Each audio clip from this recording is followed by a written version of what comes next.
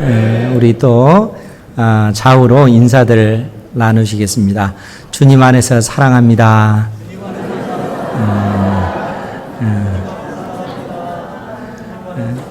주님 안에서 사랑하는 이 복이 실상 주님께서 우리에게 새 계명으로 주신 그러한 계명의 말씀입니다. 내가 너희를 사랑한 것처럼 너희도 서로 사랑하라. 주님 안에서 이제 사랑하는 이러한 은혜가 있기를 주님의 이름으로 축원드립니다. 우리가 이 초대교회를 생각할 때 처음 이 땅에 교회가 세워졌을 때 오늘날 우리는 막연한 그 환상을 가지고 있습니다. 어떤 환상이냐면 초대교회니까 또 사도들에 의해서 세워진 교회들이다 보니까 오늘날 우리가 속해 있는 그 교회들과 비교해서 그야말로 아무런 어려움도 없고 또 그야말로 천사들만 모이는 그러한 교회처럼 우리가 상상하기가 쉬운데 실상 우리가 성경을 통해서 자세하게 그 내막을 살피면 초대교회가 가지고 있는 어떤 그 문제점들이 오히려 오늘날 우리보다 더 많은 문제가 있음을 보게 됩니다. 또 그 교회의 그 다양한 어떤 그런 문제도 있고 또 어떤 빈부격차의 그런 문제도 있는데 그러하기 때문에 그러한 어떤 그 교회 중에 한 교회인 그 예루살렘 교회를 향해서 야고보 선생이 권면하는 그 내용이 있습니다. 그것이 뭐냐면 이 예루살렘 교회가 부자들과 부유한 자들과 가난한 사람들이 함께 신앙생활을 하는데 이 부자들은 가난한 사람들을 배려하고 또 가난한 사람들은 부자를 배려하며 그렇게 믿음의 생활을 하면 좋을 텐데 그러하지 못하는 겁니다. 그렇기 때문에 야고보 선생이 어떠한 그 권면을 하냐면 야고보서 1장 9절 10절에서 뭐라고 말씀했냐면 제가 읽어드릴 테니까 잘 들으시기 바랍니다. 낮은 형제는 자기의 높음을 자랑하고 부한 형제는 자기의 낮아짐을 자랑하라 이렇게 말씀을 하고 있습니다. 그러니까 가난한 형제는 자랑할 것이 뭐냐면 자기의 높아짐을 자랑하라는 거예요. 가난한 사람들은 높아진 것에 대해서 자랑하라. 그러면 가난한 자에게 높아진 것이 무엇이겠어요? 가난한 자가 높아진 것. 그것은 가난한 자는 실제적으로 이 땅에서 먹고 마시는 문제에 있어서 힘든 그러한 삶을 살아가잖아요. 그런데 야고보 선생은 너의 높아짐을 자랑해라. 즉 무슨 얘기냐면 네가 예수 그리스도를 믿음으로 말미암아 하나님의 자녀가 된 그 높은 주의를 생각하면서 자랑하라 하는 거예요.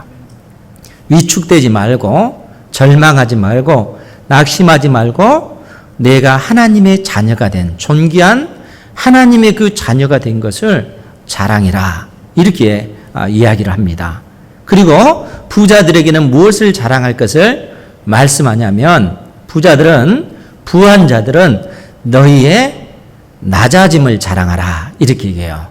낮아짐을 자랑한다는 것은 뭐냐면은 네가 가지고 있는 네가 이 땅에서 이룬 그 모든 것을 가지고 너의 명예, 너의 어떤 이름, 너의 그 영광을 드러내기 위해서 쓰지 말고 그러한 그 모든 것이 다 전적으로 하나님께서 나에게 은혜로 주신 것임을 깨닫고 그러한 것들을 가지고 연약한 이들을 돕는 일에 사용함으로 너의 낮아짐을 자랑하라 이렇게 말씀을 하고 있는 것입니다.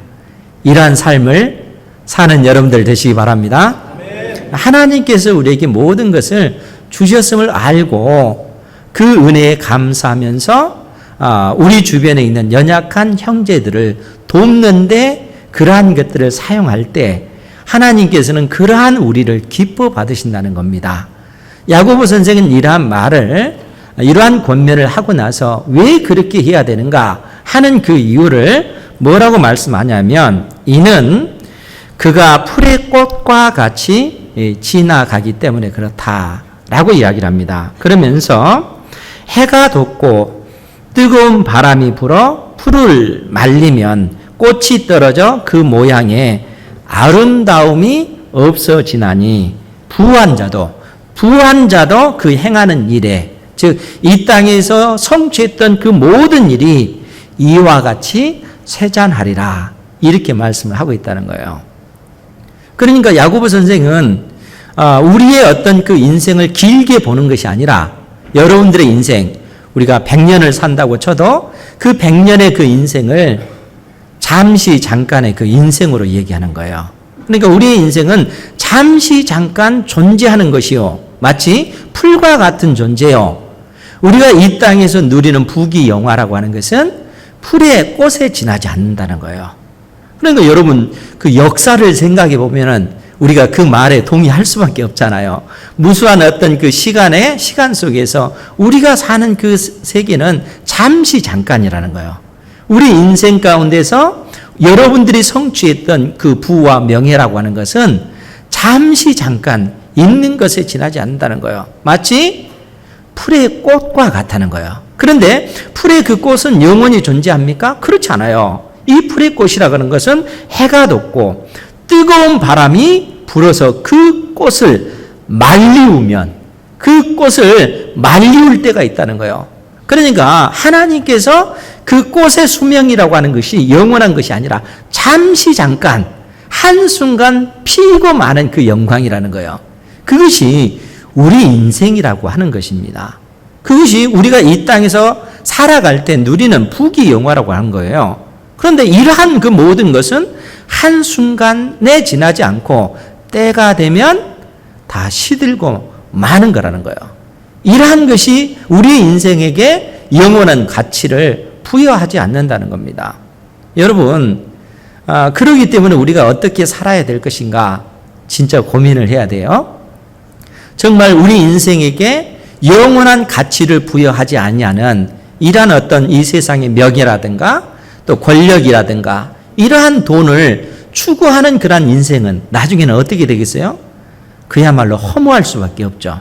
그러한 것들이 영원한 것이 아니기 때문에 그렇다는 거예요. 그러니까 오늘 우리에게 사도 요한이 교훈해 주는 그 교훈의 내용도 역시 마찬가지입니다. 우리가 이 땅에 하나님의 자녀로서 이 세상 속에서 구별된 존재로 부르심을 받았는데, 그러면 구별된 존재로서 어떻게 우리의 그 삶이 하나님 앞에 드려질 만한 그러한 삶이 될 것인가? 사도 요한은 오늘 우리에게 그러한 교훈을 주고 있다는 것입니다. 여러분, 우리 12절 말씀을 같이 한번 보도록 하겠습니다. 12절 말씀입니다. 요한일서 2장 12절 시작. 자녀들아, 내가 너희에게 쓰는 것은 너희 죄가 그의 이름으로 말미암아 사함을 받았음이요. 아멘. 먼저 사도 요한은 교회 공동체를 향해서 자녀들아 이렇게 언급하고 있습니다. 여기서 자녀들은 누구를 의미한가 하면 어린 자녀들을 의미하는 것이 아니고 예수 그리스도를 믿음으로 말미암아 구원받은 모든 사람들을 이야기합니다.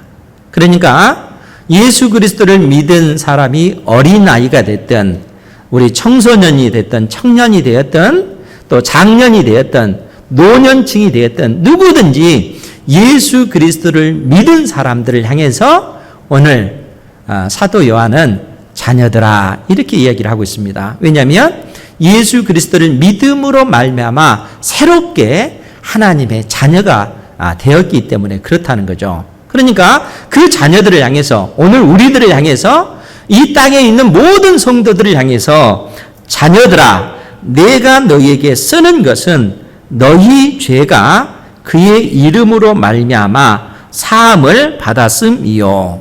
지금 우리에게 하신 말씀이 뭡니까? 지금 사도 요한이 이 편지를 쓰는 것은 너희 죄가, 우리에게 있는 그 모든 죄가 예수 그리스도의 이름으로 말미암아 용서함을 받았다. 이렇게 선언하고 있습니다. 우리가 예수 그리스도를 믿음으로 말미암아 우리의 모든 죄가 다 용서함을 받았다. 지금 사도 요한은 우리에게 그렇게 선언하고 있어요. 사랑하는 성도 여러분, 여러분들의 모든 죄가 다 하나님 앞에 용서받은 줄 믿으시기 바랍니다. 여러분들의 과거의 죄, 여러분들이 최근에 지었던 죄, 현재 지은 죄, 아니 여러분들이 미래에 지을 죄까지 예수님께서 십자가의 피로 깨끗이 다 도말해 주신 줄 믿으시기 바랍니다. 대답이 시원하네요. 예수님께서 우리의 모든 죄 문제를 깨끗이 해결해 주셨는데 그것이 우리의 과거, 우리의 현재, 미래에 지을 죄까지 심지어 이 죄까지도 다 깨끗하게 우리 주님께서 다 용서해 주셨다는 것입니다. 그러면 여러분, 그러면 우리 주님께서 우리의 모든 죄를 다 용서해 주셨으니까 내가 다시 죄를 지어도 괜찮겠습니까?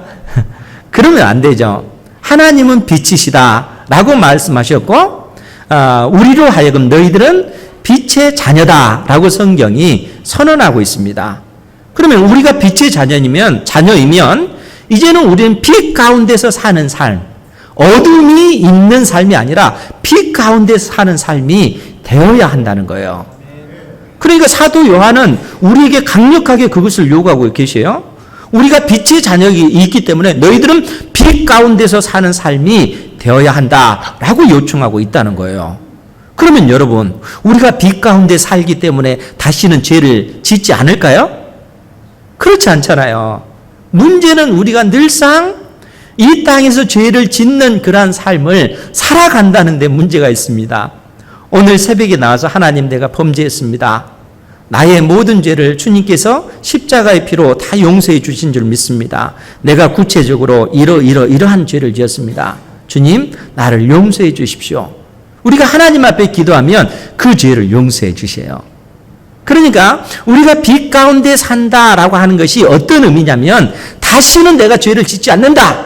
그 얘기가 아니고 오늘 요한 1장 8절 9절에 있는 말씀 지난주에도 봤잖아요. 거기에 뭐라고 기록되어 있습니까? 만일 우리가 죄가 없다고 말하면 스스로 속이고 또 진리가 우리 속에 있지 아니할 것이요. 만일 우리가 우리 죄를 자백하면 하나님 앞에 시인하면 그는 미쁘시고 의로우사 우리 죄를 사하시며 우리를 모든 불의에서 깨끗하게 하실 것이요. 그러니까 우리가 하나님 앞에 빛의 자녀로 산다는 것이 죄를 다시는 짓지 않는다 하는 것이 아니라 죄를 지을 때마다 그 죄의 문제를 가지고 와서 하나님 앞에 애통하며 그 모든 죄를 다 고백하며 주님 나를 불쌍히 여겨주옵소서 내가 하나님 앞에 범죄했나이다 라고 고백하는 것, 시인할 때 하나님께서 우리의 그 모든 죄를 다 용서해 주신다는 겁니다. 이것이 빛의 자녀의 삶이라는 거예요. 그렇기 때문에 여러분들이 이 땅에 사는 날 동안 오늘 만약에 여러분들이 10가지 죄를 지었다. 내일은 9가지로 줄이셔야 돼요. 이러한 영적 싸움을 싸워 나가심으로써 여러분들이 날마다 시간이 가면 갈수록 하나님의 사람으로 변모해 가야 돼요. 그러한 삶이 되시기 바랍니다. 제가 말씀을 드렸잖아요. 우리 권사님들 새벽에 제가 새벽 기도하기 위해서 나오면은 우리 권사님들 미리 나오셔서 예배 드릴 수 있는 준비를 다 하시고 또 묵상으로 그렇게 기도하고 계시는 그 모습을 보면 감동을 주지 않습니까? 여러분, 세월이 흘러가면 갈수록 오직 우리의 그 모든 소망을 하나님께 두는 삶을 살아야 된다는 거예요. 이것이 빛의 자녀가 걸어가야 될 그 믿음의 길입니다. 이러한 삶을 살아가는 은혜가 있기를 주님의 이름으로 축원드립니다. 오늘 사도 요한은 우리에게 그러한 권면을 해주기 위해서 자녀들아 이렇게 언급하고 나서 즉 성도들아 하나님의 택한 성도들아 이렇게 부르고 나서 이 자녀들을 세 부분으로 나누어서 지금 말씀해 주고 있습니다. 신앙의 어떤 성숙의 그 측면에서 그렇다 이렇게 주장하는 학자들도 있어요. 우리 13절부터 14절까지 보면 이 자녀들에 대해서 언급하면서 뭐라고 표현을 했냐면 13절 말씀에 보면 아비들아 이렇게 표현이 되어 있고 중간절에 보면 청년들아 이렇게 표현이 되어 있고 또 14절에 보면 아이들아 이렇게 언급을 하고 있습니다. 그러니까 실제적으로 아비들, 실제적으로 청년들, 실제적으로 어린아이를 언급하는 것이 아니라 예수 그리스도를 믿는 하나님의 그 자녀들이 이 세상 속에서 어떻게 담대하게 믿음의 삶을 살아야 될 것인가를 권면하면서 신앙의 한 모습을 아비들아 이렇게 표현하고 있다는 거예요. 아비들이라고 했을 때는 아비들은 어떤 사람입니까? 영적으로 성숙한 사람들을 이야기하죠. 그러니까 영적으로 성장한 그 사람들을 향해서 아비들아 이렇게 언급하고 있는 것이고 청년들아 이렇게 언급했을 때는 이 청년들 할 때는 어떤 느낌이 들어요? 그 에너지가 넘쳐나는 그런 청년들을 생각하잖아요. 그리고 어떠한 어떤 그 일이 있다 할지라도 불굴의 의지로 돌파해 나가는 그 청년들의 그 에너지를 그것을 표상으로 삼아서 지금 청년들아 이렇게 얘기하고 있는 거예요. 어린아이들은 마치 이 어린아이가 부모를 의지할 때 이 어린아이에게 있어서는 부모가 모든 것이잖아요. 그러니까 그러한 어떤 의미를 담아서 아비들아, 청년들아, 아이들아 이렇게 언급하고 있다는 거예요.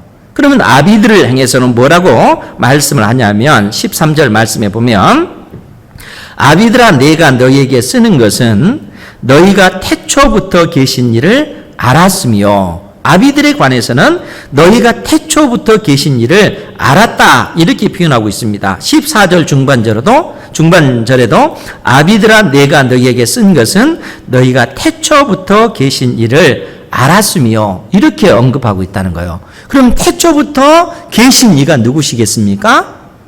물론 태초부터 계신 분은 우리 하나님이시죠. 그런데 사도 요한이 태초부터 계신 이라고 할 때는 그분은 말씀이신 우리 주 예수 그리스도를 의미하고 있다는 거예요. 그러니까 사도 요한이 쓴 또 다른 편지인 요한복음 1장에 보면 태초에 말씀이 계시니라. 이 말씀이 하나님과 함께 계셨으니 이 말씀이 곧 하나님이시니라. 예수님이 하나님이시다 하는 것을 사도 요한은 명확하게 언급하고 있습니다. 그러면서 4절에 뭐라고 표현하냐면 그 안에 생명이 있으니, 즉 말씀 안에 예수 그리스도 안에 영원한 생명이 있으니 이 생명은 사람들의 빛이라. 예수님 안에 영원한 생명이 있고 이 영원한 그 생명은 우리에게 있어서 빛이라는 거예요. 그러니까 우리가 영원한 생명을 가질 수 있는 그 유일한 그 길은 예수 그리스도를 믿음으로 말미암아 그 생명을 갖게 된다는 거예요. 사도 요한이 아비들아라고 했을 때 창세 이래로 하나님께서 우리에게 가르쳐 주신 이 말씀을 통해서 하나님이 어떤 분이시고 하나님의 아들 예수 그리스도가 어떻게 이 땅에 오셨으며 예수 그리스도께서 우리의 죄와 우리의 허물 때문에 십자가에 못 박혀 죽으셨을 뿐만 아니라 죽음의 권세를 이기시고 부활하시고 승천하셔서 우리에게 진리의 성령을 보내주신 그 분이시다 하는 것입니다. 그러니까 태초부터 계신 그분을 아비들은 알고 있다는 거예요. 즉 말씀을 통해서 끊임없이 우리의 내적인 그 성장을 이루어 가야 될 것이고 하나님의 말씀에 사로잡힌 바 되어 이 땅에 소망을 두지 아니하고 영원한 하나님 나라의 소망을 두고 하나님께 소망을 두고 살아가는 그러한 삶을 살아가라 라고 자녀들에게 권면하고 있는 것입니다. 오늘 여러분들에게 그와 같은 성숙한 그 신앙을 하나님께서 요구하고 계시다는 겁니다. 이러한 삶을 사는 은혜가 있기를 주님의 이름으로 축원드립니다. 뿐만 아니라 청년들을 향해서는 또 뭐라고 얘기하냐면 13절 그 중반절에 보면 청년들아 내가 너희에게 쓰는 것은 너희가 악한 자를 이기었음이라. 또 14절 그 하반절에 보면 청년들아 내가 너희에게 쓴 것은 너희가 강하고 하나님의 말씀이 너희 안에 거하시며 너희가 흉악한 자를 이기었음이라. 이 청년들은 악한 자들을 대적해서 이기는 존재, 강한 존재라는 거예요. 그리고 이처럼 이러한 싸움에서 승리할 수 있었던 그 이유가 무엇 때문입니까? 그들 속에 하나님의 말씀이 있기 때문에 그렇다는 거예요. 그러니까 청년의 때는 이러한 열정, 에너지를 가지고 악한 자를 대적해서 이기는 존재가 되어야 된다라고 오늘 성도들인 우리에게 그 권면을 하고 있는 것입니다. 하나님의 말씀을 사랑하시기 바랍니다. 이 말씀을 의지해서 이 세상을 이기는 그러한 신앙을 갖기를 하나님께서 원하고 계시다는 거예요. 그러니까 청년들아 라고 이렇게 선언하면서 청년의 그 때처럼 청년들처럼 너희들이 강한 자가 되어서 하나님의 말씀을 의지해서 이 세상에 소망을 두지 말고 하나님께 소망을 두는 삶을 살라 이렇게 권면하고 있는 것입니다. 나아가서 아이들에 대해서 14절 말씀에 보면 아이들아 내가 너희에게 쓴 것은 너희가 아버지를 알았으며 어린 아이들을 대상으로는 너희가 아버지를 알았다. 이 아이에게 있어서 아버지는 어떤 존재입니까? 모든 것이라는 거, 모든 것. 아이에게 있어서 부모는 그의 모든 것입니다. 이 아이에게서 뭐 세상에 돈이 중요하겠어요? 세상의 명예가 중요하겠어요? 이 세상의 권력이 중요하겠어요? 그러한 것은 아이에게는 아무런 쓸데없는 것입니다. 소망 없는 것입니다. 아이에게는 오직 부모뿐이죠. 아버지뿐이라는 거예요. 그러니까 예수 그리스도를 믿는 하나님의 자녀들의 신앙이 하나님 앞에 그런 존재가 되어야 된다는 거예요. 우리는 이 세상에 많은 돈, 명예, 권력 이러한 것들이 있으면 마치 우리 인생이 행복할 것 같잖아요. 이 세상 사람들이 그러한 것들을 추구하고 있고 또 실제적으로 돈이 없으면 이 땅에서 살기가 쉽지 않잖아요. 그러다 보니까 우리가 자꾸 이 세상에 소망을 두려고 하는 그러한 어떤 의식을 가지고 살아간다는 거예요. 그런데 사도 요한은 그러한 성도들을 향해서 책망하시는 거예요. 아이들아 라고 얘기하면서 아이들이 그 바라보는 것은 오직 그의 아버지뿐이라는 거예요.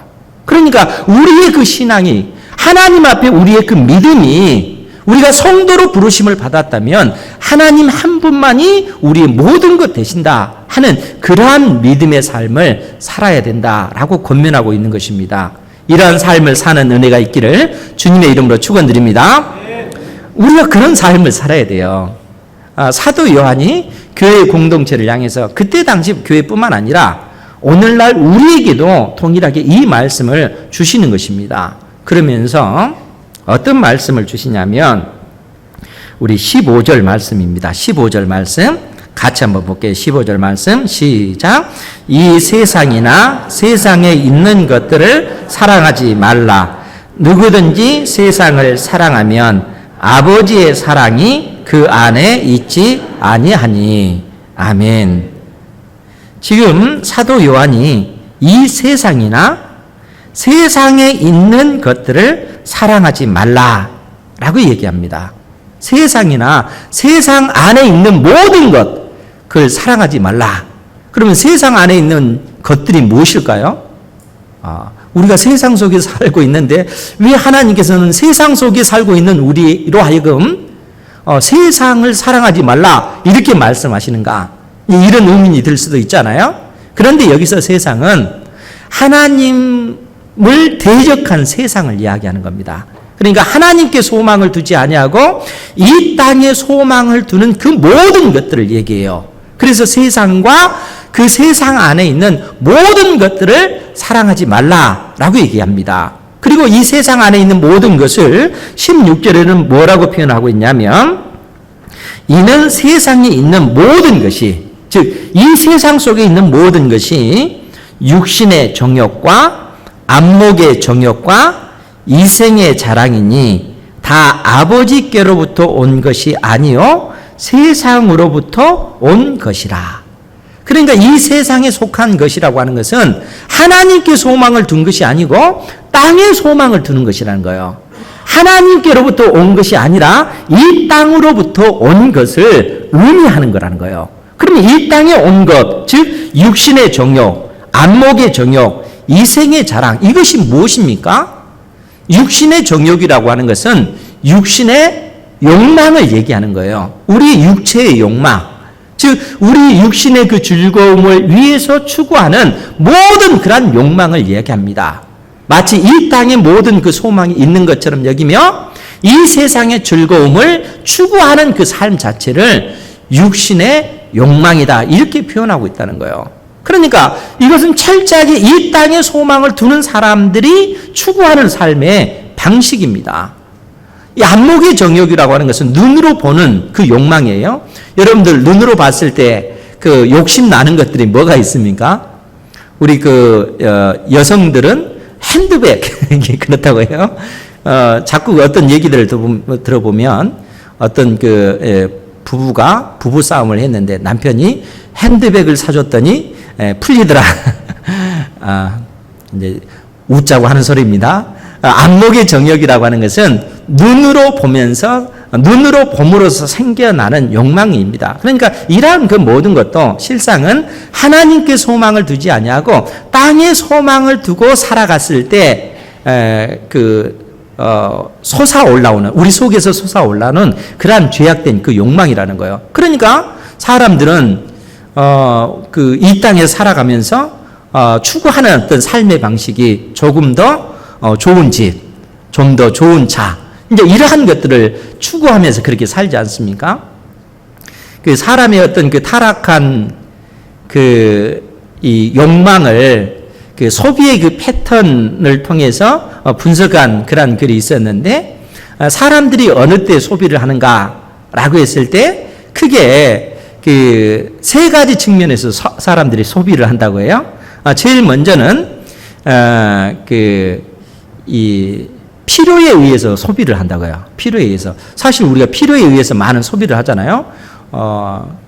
이 필요에 의한 그 소비는 마땅히 우리에게 있어야 될 그러한 소비죠. 그런데 이러한 소비의 패턴이 있고 또 다른 어떤 소비의 패턴이 있는데, 그것이 뭐냐면 좀 더 편리한 삶을 살기 위해서 그 소비를 한다는 거예요. 지금 우리 집이 너무 적은데 좀 더 여유 있게 살기 위해서, 편리하기 위해서는 조금 더 넓은 공간에 그 집을 얻자 해서 공간을 넓혀 가잖아요. 차를 탈 때도 조그만 그 차를 타니까 너무 좁으니까, 우리 가족도 많으니까 복잡하게 타는 것이 아니라 큰 차를 사가지고 좀 더 편리하게 타자, 이제 이런 소비 패턴입니다. 그러니까 필요에 의한 소비, 그 다음에는 편리함을 추구하는 소비, 그 다음에는 어떤 소비일까요? 이건 제가 한 얘기가 아니고, 세 번째는 과시하기 위해서 소비를 한다는 거예요.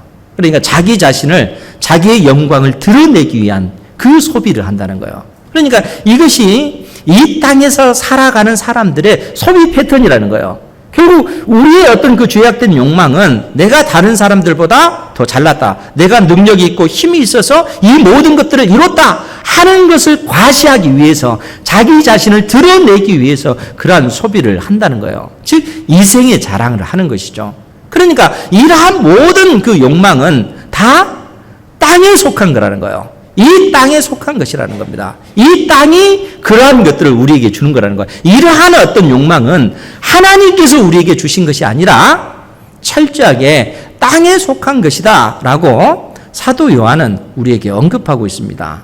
그런데 이제 여기서 우리가 주목해야 될 것이, 그러면 예수 그리스도를 믿는 사람들은 어떠한 마음을 가져야 되는가 하는 부분이잖아요. 이러한 것들이 전부 다 세상으로부터 왔다면 하나님의 자녀들은 어떠한 마음의 상태로 이 땅에서, 이 세상 속에서 구별된 사람으로서 살아가야 될 것인가?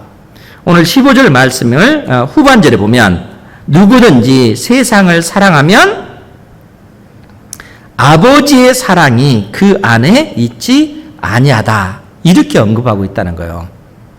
여러분, 우리가 이 세상을 사랑하면 하나님의 사랑, 아버지의 사랑이 우리 속에 있지 않다는 거예요. 반대로 얘기하면 우리는 이 세상 속에서 살아갈 때 하나님의 사랑 가운데 살아가야 된다라는 그런 얘기입니다. 여러분, 하나님께서 택한 자녀들을 이 세상 속에서 불러내실 때 우리에게 아주 막중한 그 사명을 주셨는데 크게 세 가지로 제가 언급을 했습니다. 우리는 하나님의 소유, 하나님의 보배가 되었다는 거요. 두 번째는 너희들은 제사장의 나라가 되었다. 그리고 왕 같은 제사장이에요. 세 번째로는 우리는 거룩한 백성이 됐다는 거예요. 구별된 백성. 이 세상 속에서 구별된 존재라는 거예요. 그러면은 우리가 세상에 속하지 아니하고 구별된 존재로서 살아가려면 우리 속에 하나님의 사랑이 있어야 된다는 거예요. 여러분들 속에 하나님의 사랑이 있는 줄 믿으시기 바랍니다. 그러면 그 하나님의 사랑이 무엇일까요? 하나님의 사랑, 내 속에 임한 하나님의 그 사랑이 무엇일까? 이것을 우리가 보다 구체적으로 알아야 우리가 이 세상 속에서 구별된 백성답게 살아갈 수가 있다는 거예요. 그래서 사도 요한은 요한 1서 4장 9절에 무슨 표현을 했냐면 우리 찾아보겠습니다. 요한 1서 4장 9절 이하의 말씀입니다. 거기에 보면 하나님의 사랑, 아버지의 그 사랑이 어떤 것인가 묘사를 해주고 있는데 9절 이하의 말씀을 보면 하나님의 사랑이 우리에게 이렇게 나타난 바 되었으니 하나님이 자기의 독생자를 세상에 보내심은 그로 말미암아 우리를 살리려 하심이라. 사랑은 여기 있으니 우리가 하나님을 사랑한 것이 아니요 하나님이 우리를 사랑하사 우리 죄를 속하기 위하여 화목제물로 그 아들을 보내셨음이라. 아멘. 하나님의 사랑은 우리가 하나님을 사랑한 것도 아니에요. 하나님께서 우리를 사랑하신 거라는 거예요. 하나님께서 우리를 사랑하신 거예요. 우리는 하나님을 사랑할 수도 없는 존재였습니다. 하나님께서 우리에게 율법을 주셨지만 그 율법을 지키지도 못하잖아요. 왜요? 우리가 하나님을 사랑할 만한 그 마음이 우리에게 없기 때문에, 부패한 이 본성 때문에 하나님을 사랑할 수 없는 존재라는 거예요. 그렇기 때문에 하나님께서 거저 은혜로 여러분들을 사랑하셨습니다. 어떻게 사랑하셨습니까? 독생자 예수 그리스도를 이 땅에 보내시고 예수 그리스도께서 우리의 그 모든 죄를 대신하여 짊어지시고 십자가에 못 박혀 죽으셨습니다. 우리가 받아야 될 그 하나님의 그 진노를, 하나님의 그 심판을 독생자 예수 그리스도께서 나를 대신하여 십자가에 못 박혀 죽으셨다는 거예요. 여러분, 이로 인해서 우리의 모든 죄 문제가 깨끗이 해결된 줄 믿으시기 바랍니다. 그런데 하나님의 사랑은 여기서 머무르지 아니하시고 우리 주 예수 그리스도께서 죽음의 권세를 이기시고 부활하셔서 승천하시고 우리에게 진리의 성령을 보내주셨다는 사실입니다. 그러니까 예수 그리스도를 믿는 하나님의 자녀들에게는 우리의 모든 죄의 문제가 깨끗이 용서함을 받았을 뿐만 아니라 우리 속에 진리의 성령, 하나님의 성령이 우리 안에 계셔서 우리가 하나님의 자녀답게 살아갈 수 있도록 하나님을 사랑할 수 있는 그러한 존재로 우리를 만드셨다는 겁니다. 하나님을 사랑할 수 있는 존재가 우리가 되어졌다는 거예요. 우리의 힘과 우리의 능력으로는 하나님을 사랑할 수 없는 존재였는데 이제 하나님의 성령이 우리 안에 계심으로 우리가 하나님을 사랑할 수 있는 그런 존재가 되었다는 거예요. 그러니까 사도 요한이 우리에게 이러한 진리를 가르쳐 주고 나서 11절, 12절에서 뭐라고 얘기하면 요한일서 4장 11절, 12절에요. 거기에 보면 사랑하는 자들아 하나님이 이같이 우리를 사랑하셨은즉 우리도 서로 사랑하는 것이 마땅하도다. 어느 때나 하나님을 본 사람이 없으되 만일 우리가 서로 사랑하면 하나님이 우리 안에 거하시고 그의 사랑이, 하나님의 사랑이, 아버지의 사랑이 우리 안에 온전히 이루어지느니라.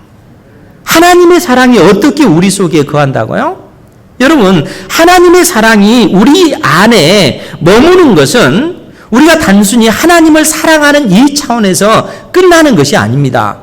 하나님께서 우리를 사랑하셨기 때문에 하나님께서 우리를 사랑하셔서 우리 속에 있는 굳은 마음을 제거하시고 부드러운 마음을 갖게 하셔서 하나님을 사랑하게 하셨을 뿐만 아니라 동시에 진리의 성령께서 우리의 이웃을 사랑할 수 있도록 만들어 주셨다는 거예요.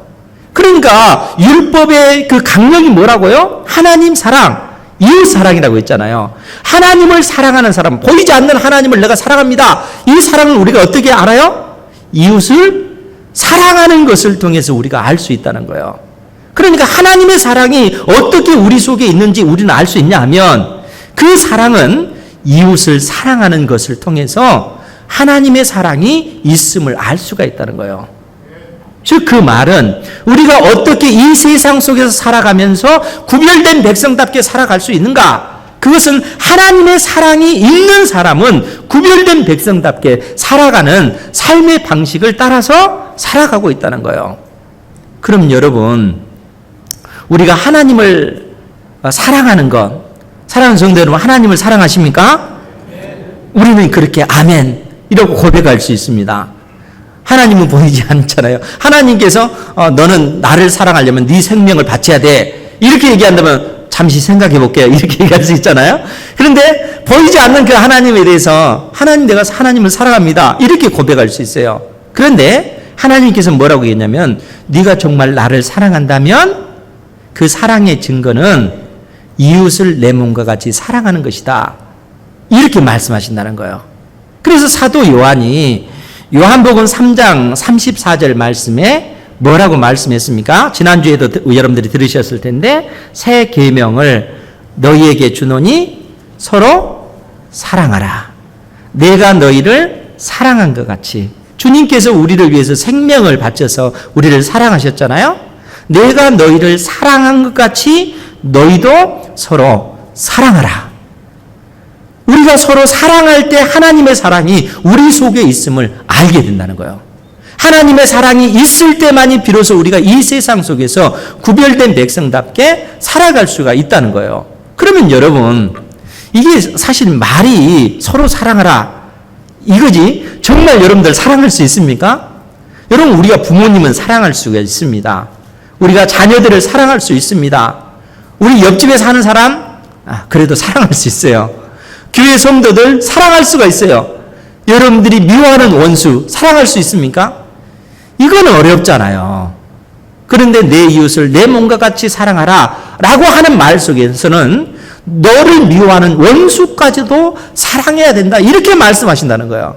그래야만이 하나님의 사랑이 우리 속에 있는 것입니다. 그러면 어떻게 해야 되겠습니까?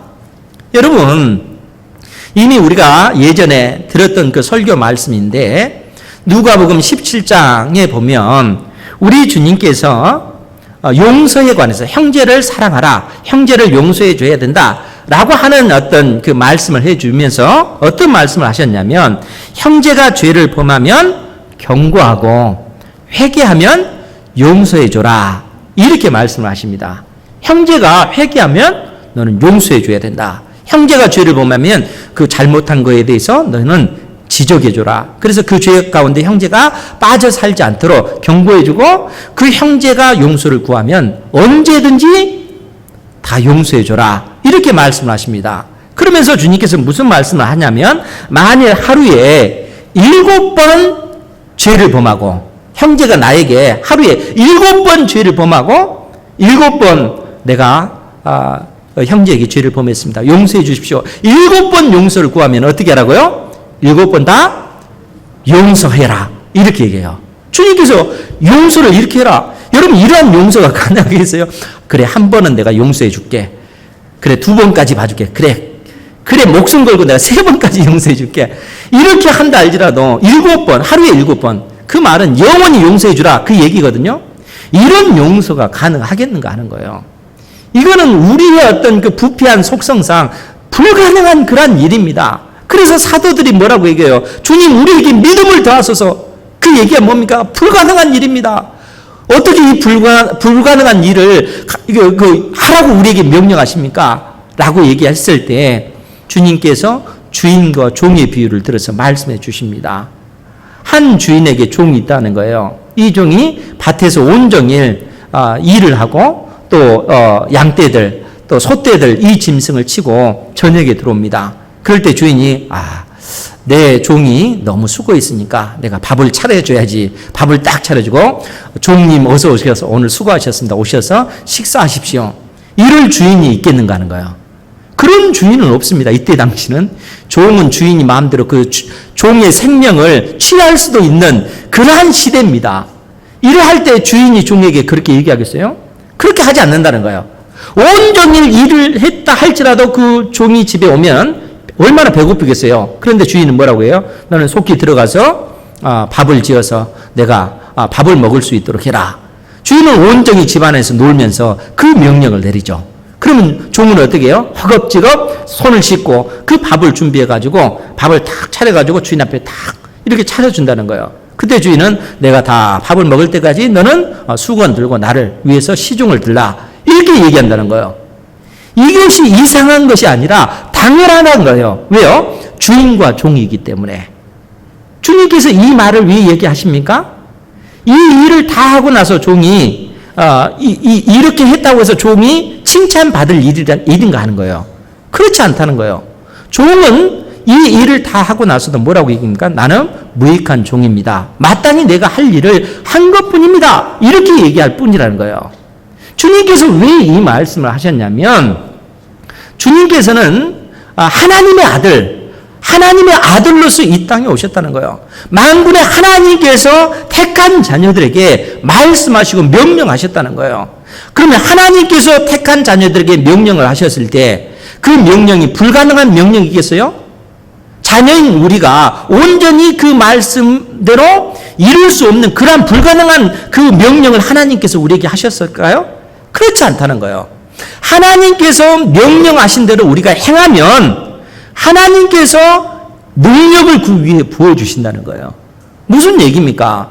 도저히 용서할 수 없는 그 사람을 위해서 내가 주의 말씀에 따라서 서로 사랑하라. 주께서 내가 너희를 사랑한 것 같이 너희도 서로 사랑하라. 이렇게 말씀하셨으니까 이 말씀에 의지해서 주님 도저히 저 사람이 용서가 안 되지만 말씀에 의지해서 용서하기를 원합니다. 내 마음에 분노가 가득 차는데 저 사람을 용서할 수 있도록 도와주십시오. 하나님 앞에 은혜를 구하고 그 영혼을 위해서 간구할 때 어떤 일이 벌어진다고요? 그 일을 행하도록 하시는 분은 하나님이시라는 거예요. 나는 기도할 뿐인데 나는 하나님의 말씀대로 순종할 뿐인데 그를 용서할 수 있는 은혜는 하나님께서 우리에게 부어주신다는 거예요. 그것이 하나님의 사랑입니다. 하나님의 사랑이 우리의 마음속에 물부터 부어지니까 도저히 불가능해 할 것 같은 그 사랑이 가능한 사랑이 되어지더라는 거예요. 이것이 빛의 자녀로서 이 세상 속에서 살아가는 삶의 방식이라는 거예요.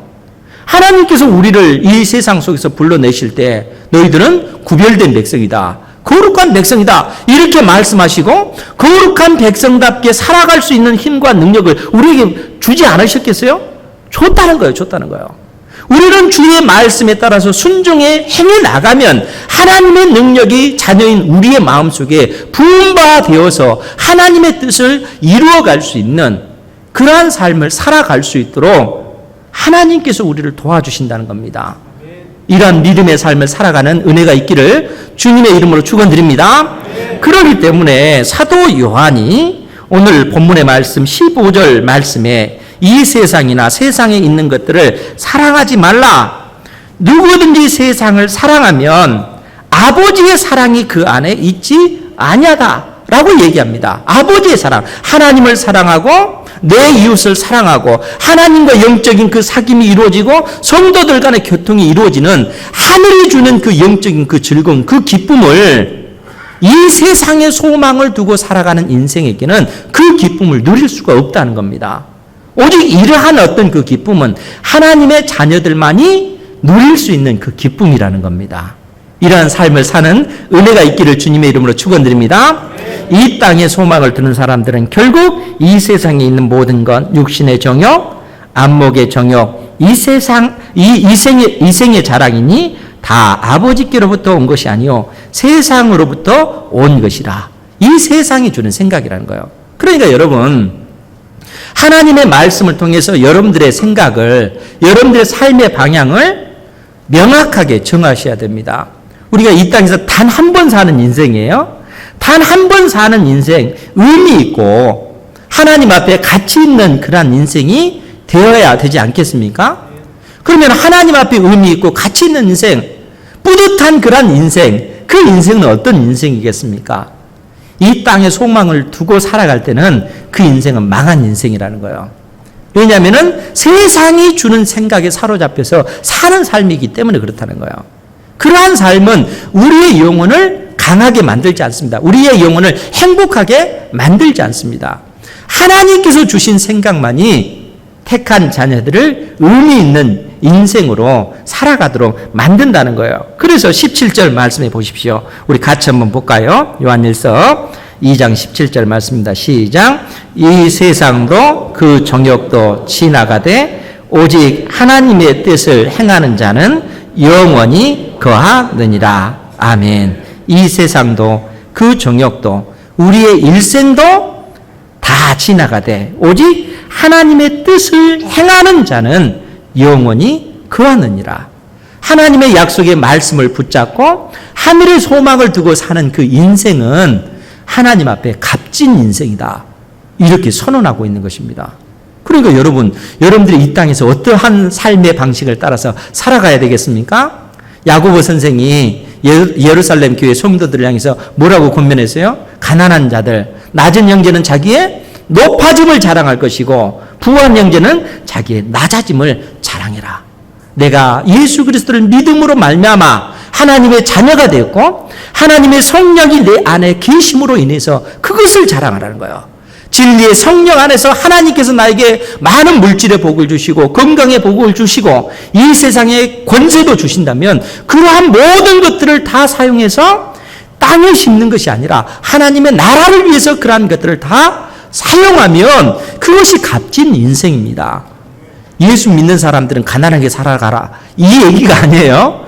예수 그리스도를 믿는 하나님의 자녀들에게 주신 그 모든 복들을 다 사용해서 하나님의 나라와 그 이름을 위해서, 영광을 위해서 사용하라, 그렇게 얘기하는 겁니다. 그리고 가난한 자들은 가난하다 할지라도 이 세상에서 비굴하게 이 세상과 타협하는 삶이 아니라 그 속에서도 꼿꼿하게 세상과 벗하지 아니하고 나의 믿음 있음을 담대하게 증거하며 내가 예수 그리스도를 믿음으로 말미암아 만군의 하나님의 자녀가 되었다, 이런 선언 가운데 살아가는 것이죠. 이러한 인생을 하나님께서 기뻐 받으신다는 거예요. 그리고 그러한 인생을 살아가는 그 삶을 하나님께서 받으실 뿐만 아니라 그 인생은 영원히 하나님의 품에 거하느니라, 이렇게 선언하고 있습니다. 하나님께서 우리를 이 세상 속에서 왜 부르셨는지, 부르심을 받은 여러분들이 이 세상 속에서 어떻게 살아가야 되는지 오늘 말씀을 통해서 교훈을 받으시고 이 세상 속에서 구별된 백성답게 살아가는 은혜가 있기를 주님의 이름으로 축원드립니다. 아멘. 기도하겠습니다. 거룩하신 아버지 하나님,